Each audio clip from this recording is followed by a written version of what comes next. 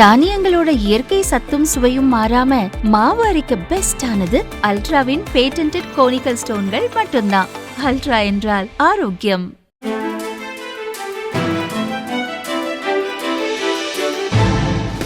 தட்டை, சீடை, முறுக்கு, ரிப்பன் பக்கோடா, அதிரசம், என்ன வேணாலும் செய்யுங்க.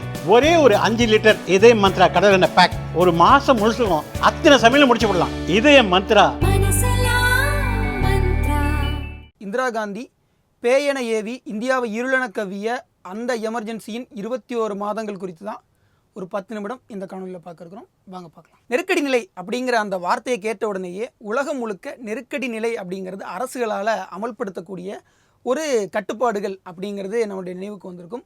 ஊரடங்கு மாதிரி ஒவ்வொரு காலகட்டத்திலையும் ஒவ்வொரு அரசும் தான் சில நெருக்கடிகளை சந்திக்கும் போது சில கட்டுப்பாடுகளை கடுமையாக விதித்து அந்த நேரத்தில் சூழலை கட்டுப்படுத்தி நெருக்கடியை தவிர்ப்பதற்காக, நெருக்கடியை சமாளிப்பதற்காக கொண்டு வரக்கூடியது தான் நெருக்கடி நிலை அப்படின்னு சொல்லுவாங்க. இந்த நெருக்கடி நிலையை உலகத்தில் பல நாடுகள் பண்டைய காலம் தொட்டு இன்று வரைக்கும் அமல்படுத்திக்கிட்டு தான் இருக்காங்க.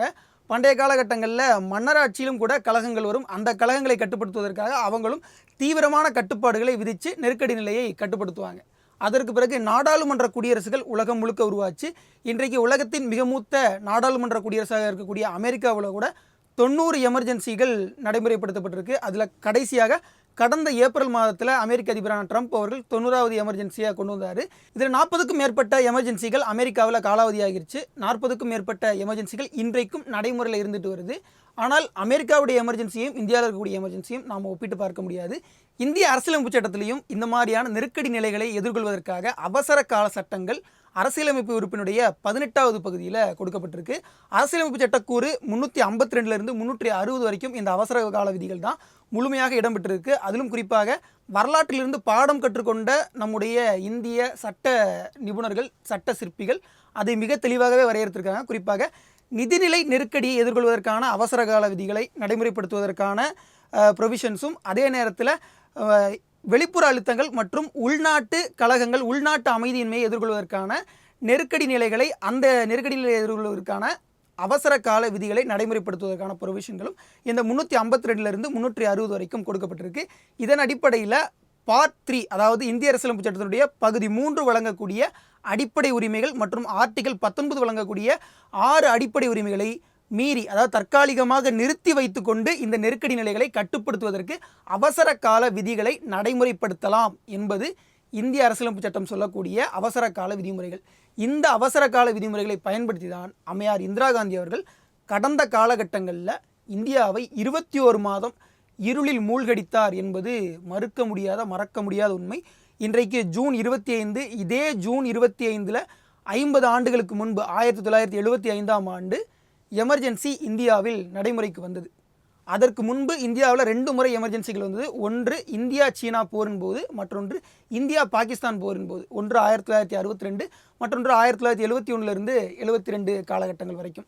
ஆனால் அதற்கு பின்பு இது ரெண்டும் கூட போரின் போது நடந்த நெருக்கடி நிலையின் காரணமாக அமல்படுத்தப்பட்ட அவசர கால விதிமுறைகள். அதற்கு பிறகு எமர்ஜென்சி அப்படிங்கிறது உள்புற அழுத்தங்களுக்காக, இன்டர்னல் டிஸ்டர்பன்ஸஸ்க்காக 1975 ஜூன் 25லிருந்து மார்ச் 22 வரைக்கும் 1977ஆம் ஆண்டு முடிய இந்த அவசர கால விதிமுறைகள், நெருக்கடி நிலை அப்படிங்கிறது அமல்படுத்தப்பட்டது.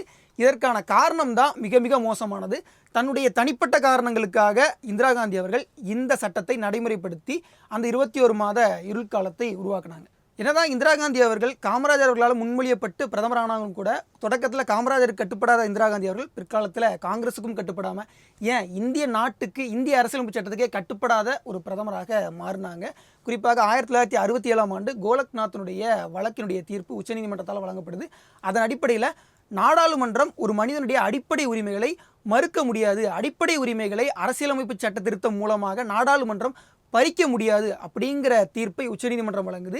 அந்த தீர்ப்புக்கு எதிராக அவங்க முதல்ல ஒரு அரசியலமைப்பு சட்ட திருத்தத்தை, 24வது சட்ட திருத்தத்தை 1971 கொண்டு வராங்க. அதற்கு பிறகு 1972 மற்றொரு சட்ட திருத்தம் மூலமாக சொத்துரிமை அப்படிங்கிறது அடிப்படை உரிமை கிடையாது, ரைட் டு ப்ராப்பர்ட்டி அப்படிங்கிற அந்த முக்கியமான உரிமையையும் அரசியலமைப்பு சட்டத்திலிருந்து நீக்கிறாங்க அம்மையார் இந்திரா காந்தி அவர்கள். இப்படி 2 சட்டங்களின் மூலமாக மக்களினுடைய அடிப்படை உரிமைகளை பறிச்சாங்க இந்திரா காந்தி அவர்கள். ஆனாலும் கூட உச்சநீதிமன்றம் இந்த மாதிரியான அரசியலமைப்பு சட்ட திருத்தங்கள் செல்லாது அப்படிங்கிறத பிற்காலத்தில் தீர்ப்பாகவும் வழங்கினாங்க. அதே நேரத்தில் 1971 நடந்த இந்திய பொதுத் தேர்தலில் அம்மையார் இந்திரா காந்தி அவர்கள் உத்தரப்பிரதேசத்தில் இருக்கக்கூடிய ரேபரேலி அப்படிங்கிற தொகுதியில் போட்டிடுறாங்க. அப்போது அரசு எந்திரத்தை தன்னுடைய தேர்தல் பிரச்சாரத்துக்காக பயன்படுத்தி கொண்டதாக அம்மையார் இந்திரா காந்தி அவர்கள் மீது வழக்கு தொடுக்கப்பட்டு அந்த வழக்கில் அவருக்கு எதிராக போட்டியிட ராஜ்நாராயணன் அவர்கள் வெற்றி பெற்று இந்திரா காந்தி அவர்கள் மீதான ஒரு தண்டனை தீர்ப்பை பெறுறாரு. 1975ஆம் ஆண்டு இந்திரா காந்தி அவர்கள் மீது அலகாபாத் உயர்நீதிமன்றம் தீர்ப்பு வழங்கி அவங்க பிரதமர் பதவியிலிருந்து விலகணுன்றது உட்பட எல்லா விதமான தீர்ப்புகளும் வழங்கப்படுது. இந்த தீர்ப்பு வழங்கப்பட்ட உடனேயே இடைக்கால நிவாரணத்துக்காக உச்சநீதிமன்றத்தை நாடுறாங்க அம்மையார் இந்திரா காந்தி அவர்கள். உச்சநீதிமன்றத்தை நாடி கிட்டத்தட்ட 14 நாட்களுக்குள்ள அம்மையார் இந்திரா காந்தி அவர்களுக்கு இடைக்கால நிவாரணமாக அப்போதைக்கு அலகாபாத் உயர்நீதிமன்றம் கொடுத்த அந்த தண்டனையை நிறுத்தி வைத்து ஒரு இடைக்கால உத்தரவு பிறப்பிக்குது உச்சநீதிமன்றம். உத்தரவு பிறப்பிக்கப்பட்ட அன்றைக்கு இரவே அம்மையார் இந்திரா காந்தி அவர்கள் எமர்ஜென்சியை அமல்படுத்த வேண்டும் என்கின்ற முடிவை எடுக்கிறாங்க. ஜூன் 25, 1975 அன்றைக்கு வானொலியில் அம்மையார் இந்திரா காந்தி அவர்கள் நெருக்கடி நிலை அமல்படுத்தப்படுவதாக அறிவிக்கிறாங்க. அன்றைக்கு 1975 இந்தியாவுடைய மிகப்பெரிய ஊடகமாக இருந்தது 2 தான். ஒன்று வானொலி, மற்றொன்று அச்சு ஊடகங்களான தினசரி செய்தி நாளேடுகள். இந்த தினசரி செய்தி நாளேடுகளை அம்மையார் இந்திரா காந்தி அவர்கள் 2 நாளைக்கு முழுமையாக முடக்கினாங்க அப்படின்னே சொல்லலாம். இந்தியா முழுக்க 830 செய்தி நாளேடுகள் வெளிவந்துகிட்டு இருந்துச்சு. அது ஜூன் 26, ஜூன் 27 ஆகிய 2 நாட்களும் வெளிவரவில்லை. அதற்கு காரணம் என்னன்னா, இந்தியா முழுக்க இருந்த 200க்கும் மேற்பட்ட பத்திரிகையாளர்கள், ஃபாரின் கரஸ்பாண்டன்ஸ் உட்பட, அதாவது வெளிநாட்டிலிருந்து இங்கே வந்து வேலை செய்யக்கூடிய வெளிநாட்டு பத்திரிகையாளர் உட்பட எல்லோரையும் கைது செய்து சிறையில் அடைத்தாங்க அம்மையார் இந்திரா காந்தி அவர்கள்.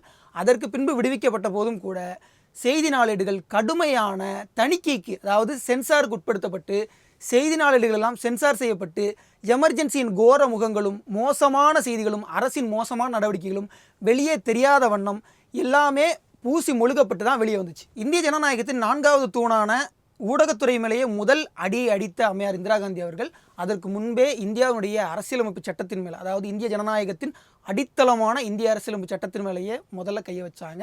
1971 24வது அரசியலமைப்பு சட்ட திருத்தம் மூலமாக பாராளுமன்றம் நினைத்தால் மனிதர்களுடைய, மக்களுடைய, குடிமக்களுடைய அடிப்படை உரிமைகளை முடக்க முடியும், பறிக்க முடியும் அப்படிங்கிற 24வது சட்ட திருத்தம் மூலமாகவும் 25வது அரசியலமைப்பு சட்ட திருத்தம் மூலமாகவும் செஞ்சாங்க. அதற்கு பிறகு 39வது சட்ட திருத்தத்தை எமர்ஜென்சி நடைமுறையில் இருந்த ஆகஸ்ட் 10ஆம் நாள் கொண்டு வந்து அதன் மூலமாக இந்தியாவில் இருக்கக்கூடிய பிரதமர், குடியரசுத் தலைவர், துணை குடியரசுத் தலைவர், நாடாளுமன்ற சபாநாயகர் போன்றவர்கள் யாரும் எந்த நீதிமன்றத்துக்கு முன்னும் பதில் சொல்ல வேண்டிய அவசியம் இல்லை, அவர்களெல்லாம் நீதிமன்ற விசாரணைக்கு அப்பாற்பட்டவர்கள்னு எந்த கோர்ட் ஆஃப் லாக்கு முன்னாடி அவங்க நிற்க வேண்டிய அவசியம் இல்லைன்ற முக்கியமான சட்ட திருத்தத்தை கொண்டு வந்து தன்னுடைய பிரதமர் பதவியை நீதிமன்றங்களுக்கும் நீதித்துறைகளுடைய கேள்விகளுக்கு அப்பாற்பட்டு ஒரு சர்வாதிகாரியாக உருவெடுத்தாங்க அம்மையார் இந்திரா காந்தி அவர்கள்.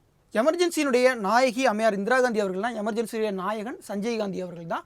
சஞ்சய் காந்தி இந்திராவினுடைய அரசியல் வாரிசு என்று எல்லாராலும் கருதப்பட்டவர், எதிர்பார்க்கப்பட்டவர். ஆனால் எமர்ஜென்சியின் போது அவர் ஒரு நாடாளுமன்ற உறுப்பினர் கூட கிடையாது. வெறுமனே இந்திய தேசிய காங்கிரஸினுடைய இளைஞர் பிரிவினுடைய தலைவராக இருந்தார். அவர் தலைவராக இருந்தது போலவே ஹரியானா காங்கிரஸினுடைய இளைஞர் பிரிவினுடைய தலைவராக பன்சிலால் என்பவருடைய மகனான சுரீந்தர் சிங் அப்படிங்கிறவரும் இருந்தார். இவர்கள் 2 பேரும் சேர்ந்து தான் சொல்லனாத அட்டூழியங்களையும் துயரங்களையும் மக்களுக்கு இழைத்தார்கள் என்பது அன்றைய காலத்தில் மக்களிடமும் பொதுவாக அரசியல்வாதிகளும் சொன்ன ஒரு குற்றச்சாட்டு அப்படின்னே சொல்லலாம். இந்த பன்சிலால் என்பவர் மிகப்பெரிய ஊழல்வாதின்னு பலரும் இவர் மீது புகார் கொடுத்து இவர் மேலே வந்து ஒரு குற்றச்சாட்டுகளை முன்வைத்து கையெழுத்திட்டு இதற்காக மகஜர் கொடுத்துருக்காங்க. அப்படி கொடுத்த போதும் கூட அம்மையார் இந்திரா காந்தி அவர்கள் அந்த பன்சிலால் மேலே நடவடிக்கை எடுக்கலை. அப்படிங்கிறது போக ஜெகஜீவன் ராம் அவர்களிடம் இருந்த பாதுகாப்புத்துறையை இந்த பன்சிலால் கிட்ட கொடுத்தாங்க. ஆனால் இந்த பன்சிலால் ஒரு மத்திய அமைச்சராக அதுக்கு முன்னாடியும் இல்லை, நாடாளுமன்ற உறுப்பினராக கூட இல்லை, நாடாளுமன்ற உறுப்பினராக கூட இல்லாத ஒரு பன்சிலால் கிட்ட ஏன் பாதுகாப்புத்துறை போகுது அப்படிங்கிற கேள்வி அன்றைக்கு பரவலாக எழுந்தது. அந்த பன்சிலால் அவர்களிடம் பாதுகாப்புத்துறை போன பிறகு சஞ்சய் காந்தியினுடைய அந்த மாருதி நிறுவனத்திற்கு ஆதரவாக பல செயல்பாடுகள் நடந்ததாக அன்றைக்கு பேசப்பட்டது.